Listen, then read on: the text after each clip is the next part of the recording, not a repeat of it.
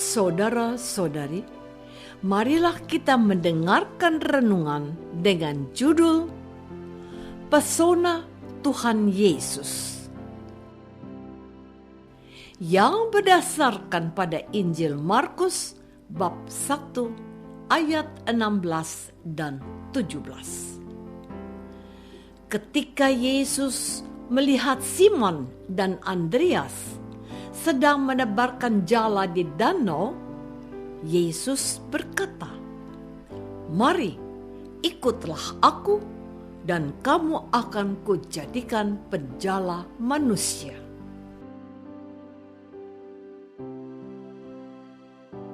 Dalam nama Bapa dan Putra dan Roh Kudus. Amin. Saudara-saudari terkasih dalam nama Tuhan Yesus Kristus. Sesudah Yohanes ditangkap, datanglah Yesus ke Galilea, memberitakan Injil Allah. Katanya, "Waktunya telah genap. Kerajaan Allah sudah dekat. Bertobatlah dan percayalah kepada Injil." Yesus mengambil alih peran Yohanes yang menyerukan pertobatan, tetapi Yesus mewartakan juga Injil Allah. Untuk mewujudkan misi perutusannya itu, Yesus membutuhkan orang-orang yang bisa menjadi rekan sekerjanya. Orang-orang yang dipanggil untuk mengikuti Dia adalah juga orang-orang Galilea yang sederhana, bahkan tidak diperhitungkan orang. Orang yang dipanggil untuk mengikutinya adalah dua orang bersaudara, Simon dan Andreas. Mereka bukan orang hebat, pintar, atau memiliki jabatan serta kedudukan. Mereka itu seorang penjala ikan. Yesus tahu mereka memiliki keahlian menjala ikan. Maka Yesus meminta mereka ikut Dia. Kali ini bukan untuk mencari atau menangkap ikan, tetapi untuk menjala manusia.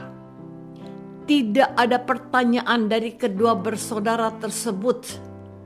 Markus menulis dalam Injilnya, mereka pun segera meninggalkan jalannya dan mengikuti Dia.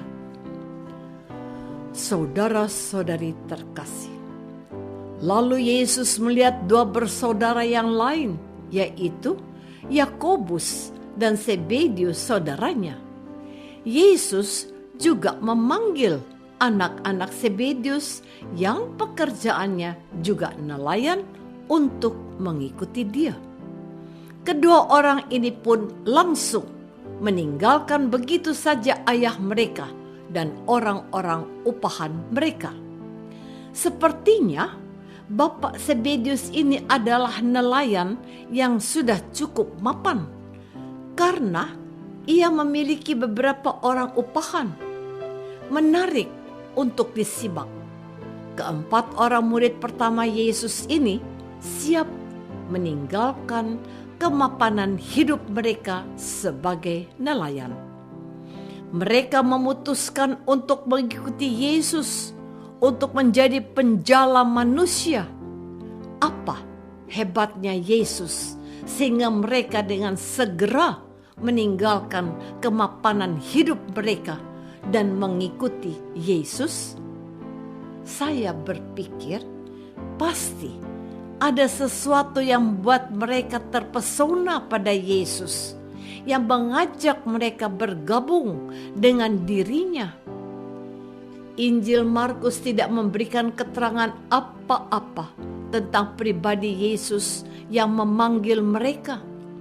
Bisa jadi ada hal-hal yang tidak ditulis oleh Markus dalam Injilnya, tapi menjadi perhatian para calon murid Yesus itu.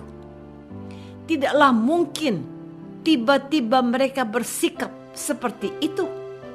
Mereka tentu sudah mendengar tentang Yohanes Pembaptis, dan tentu tahu apa yang dikatakan Yohanes Pembaptis tentang Yesus. Markus memang tidak memberikan keterangan yang cukup tentang hal itu. Tentu, pribadi Yesuslah yang telah menyihir mereka. Saudara-saudari terkasih, Yesus memanggil baik Simon dan Andreas maupun Yakobus dan Yohanes untuk menjadi penjala manusia, dan mereka segera meninggalkan profesi mereka sebagai penjala ikan. Saya kok yakin pribadi Yesuslah, sosok Yesuslah yang mempesona mereka untuk bergabung. Yesus itu juga orang Nazaret, orang Galilea. Dia berusaha tampil dan mewartakan Injil di daerahnya. Pemandangan ini tidak pernah dialami mereka lagi sejak Galilea diduduki suku Asyur, Naftali, Isakar, dan Sebulon, dan direbut bangsa kafir. Galilea sendiri berarti wilayah bangsa-bangsa lain. Namun demikian, mereka tidak kalah semangatnya dibanding penduduk Yudea. Mereka kerap mengadakan pemberontakan. Mungkin saja mereka berpikir bahwa Yesus bisa menginspirasi mereka untuk tampil kembali di pentas yang lebih baik. Mereka mengandalkan Yesus, tetapi kepada mereka juga Yesus pernah berkata, "Anak manusia tidak mempunyai bantal untuk meletakkan kepalanya." Dia sungguh-sungguh miskin, namun mereka toh tetap mengikuti dia. Bahkan Petrus pernah berkata, "Kemanakah kami akan pergi? Sebab padamulah ada kehidupan yang kekal." Jadi saya dapat memastikan bahwa pribadi Yesuslah yang menyebabkan mereka segera mengambil keputusan untuk meninggalkan pekerjaan, bahkan orang-orang yang mereka cintai, seperti Zebedius, ayah Yakobus dan Yohanes. Kalau begitu, apa sebenarnya makna pewartaan gereja pada hari ini untuk kita?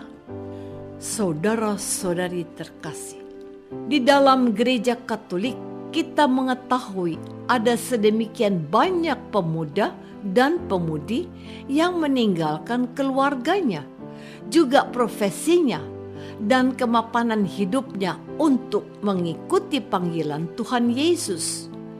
Mereka itu memutuskan untuk menjadi imam, biarawan, dan biarawati, termasuk rasul awam. Mereka meninggalkan kehidupan yang lazim, berkeluarga, bekerja, dan mencari nafkah di kehidupan umum.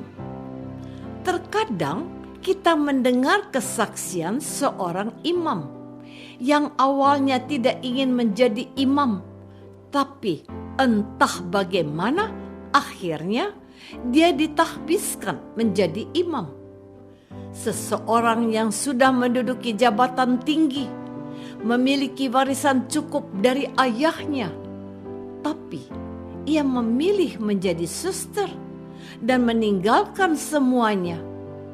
Mungkin Anda berkata, "Kok bisa?" Atau mungkin Anda berkata, "Aneh." Tetapi ketika Tuhan Yesus sudah mempesona seseorang, dia tidak bisa kabur dari kasih-Nya.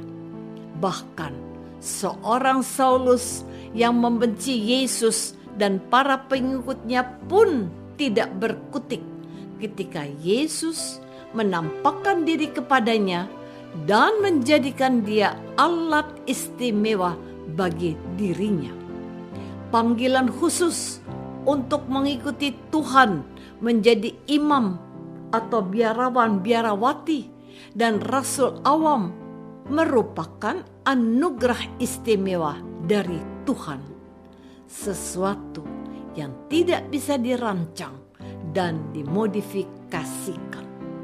Hanya Yesus yang mempesona seseorang sehingga mereka mau ambil bagian dalam karya Yesus untuk menyelamatkan dunia dan membawa orang banyak untuk menyembah Allah Bapa. Sudahkah aku terpesona akan Tuhan Yesus dan ambil bagian dalam pelayanannya? Marilah kita berdoa. Bapa yang Maha Baik, Yesus sudah memilih orang-orang yang dipercaya untuk mewartakan kerajaan Allah. Pilihlah dari umat-Mu orang-orang baik untuk meneruskan karya Yesus menjadi imam atau biarawan-biarawati demi Kristus Tuhan kami. Amin. Semoga kita semua selalu dinaungi dan dibimbing oleh berkat Allah yang Maha Kuasa, Bapa dan Putra dan Roh Kudus. Amin.